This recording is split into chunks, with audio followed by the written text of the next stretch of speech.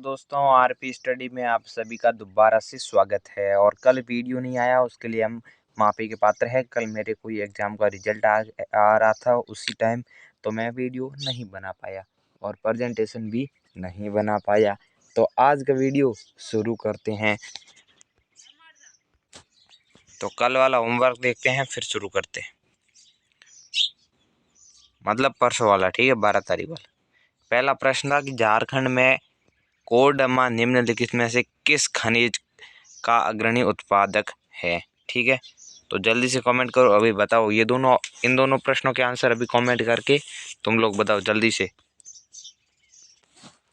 तो वो झारखंड में वही स्थान है जो आपने सही आंसर बताया है। जी हाँ, बिल्कुल एकदम वही आंसर है। क्या है आंसर? है अभ्रक। क्या है? अभ्रक है।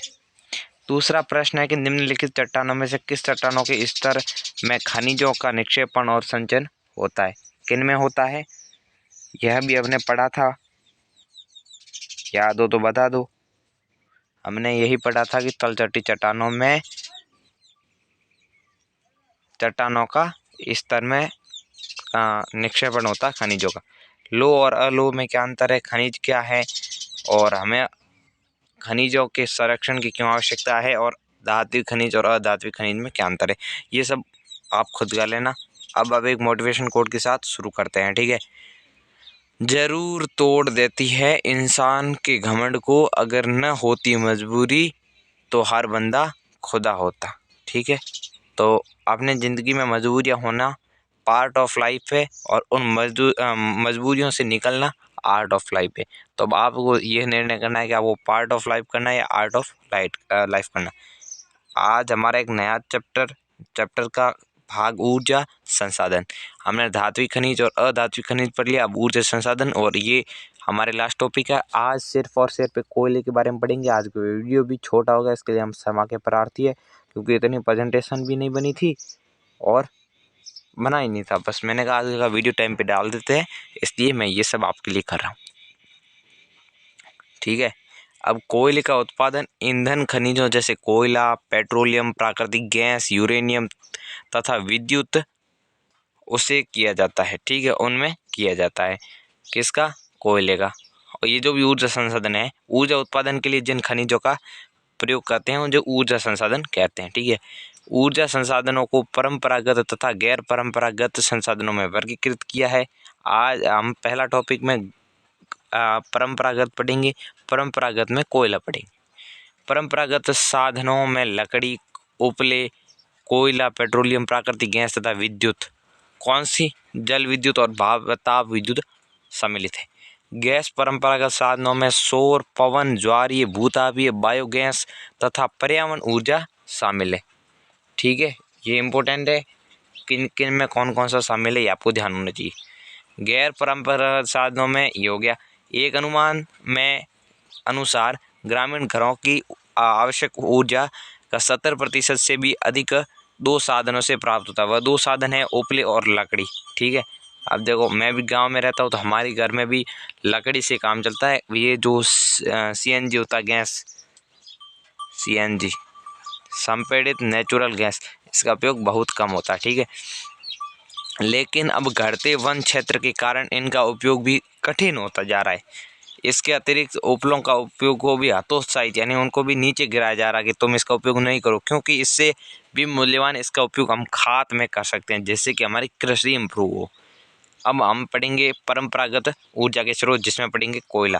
कोयला क्या है कि बहुत इंपॉर्टेंट ऊर्जा के लिए, वेरी वेरी इंपॉर्टेंट है कोयला।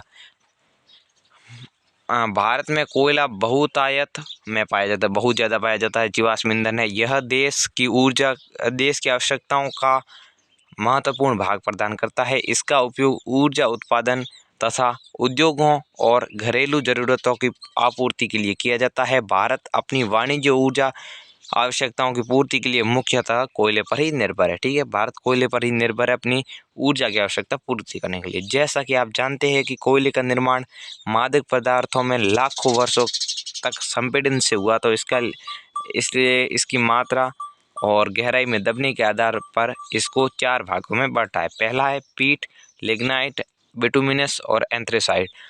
पीठ क्या है कि वो दलदल में 6 होते पादपों का, ठीक है,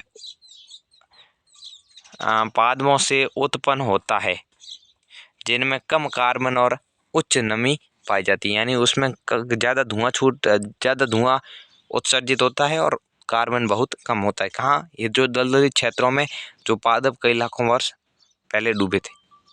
लिग्नाइट एक निम्न कोटि का भूरा कोयला होता है। यह मुलायम होने के साथ अधिक नमी युक्त होता है। लिग्नाइट के मुख्य भंडार तमिलनाडु के नवेली में मिलते हैं। विद्युत उत्पादन के लिए किया जाता है इसका भी। बिटुमिनस गहराई में दबे तथा अधिक तापमान से प्रभावित कोयले को बिटुमिनस कहा जाता है। वाणिज्य उपयोग में यह सबसे अधिक लोकप्रिय है। धातु शोधन में उच्च श्रेणी के बिटुमिनस कोयले का प्रयोग किया जाता है और लोहे का प्रकलन के लिए विशेष रूप से इसका प्रयोग किया जाता है। ठीक है। एंथ्रेसाइड सर्वोत्तम गुण वाला कठोर कोयला है। इसमें कार्बन की मात्रा सर्वाधिक होती है, अधिक नहीं सर्वाधिक। कितनी होती है? सर्वाधिक। अब देख लेते हैं कोयले के मुख्य स्थान। तो कोयला, देखो कोयला का मुख्य स्थान भारत में 2 प्रमुख भूगर्भिक युगों में शैल क्रम में कोयला पाया जाता है।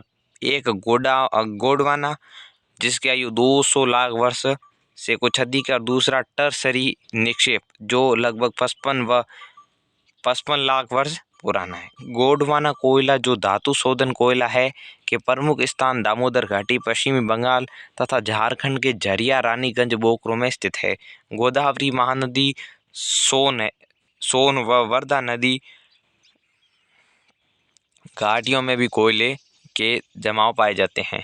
कोयला क्षेत्र उत्तर पूर्वी राज्यों मेघालय, असम, अरुणाचल प्रदेश, नागालैंड में पाया जाता है। टर्सरी कोयला, तो कोयले के 2 भाग देखे थे, 2 कहाँ पाया जाता, तो एक तो था गोंडवाना और एक था टर्सरी। तो गोंडवाना कहाँ की ना भाई, 3 स्टेट थे, पश्चिमी बंगाल, दामोदर घाटी गुजरात में और झारखंड। ठीक है, तो यहाँ ये पाया जाता। ठीक है। अब ये टर्सरी कोयला कहाँ पाया जाता है? तो उत्तरी पूर्वी राज्यों में पाया जाता है, मेघालय, असम और नागालैंड, इन क्षेत्रों में। कोयले का मुख्य उपयोग क्या है कि यह स्मरण रखे कि कोयला एक स्थूल पदार्थ है जिसका प्रयोग करने से भार घटता है, इसलिए इसका क्योंकि यह राख में परिवर्तन हो जाता है, इसके कारण भारी उद्योग तथा ताप विद्युत ग्रह कोयले क्षेत्रों के निकट या उसके पास स्थापित किए जाते हैं। बात यह है कि जो कोयले के संयंत्र होते हैं, जहाँ से विद्युत संयंत्र होता है कोयला वाले, वो जहाँ कोयला निकलता है उसके पास ही होते हैं, क्योंकि कोयला निकालने में भारी होता है और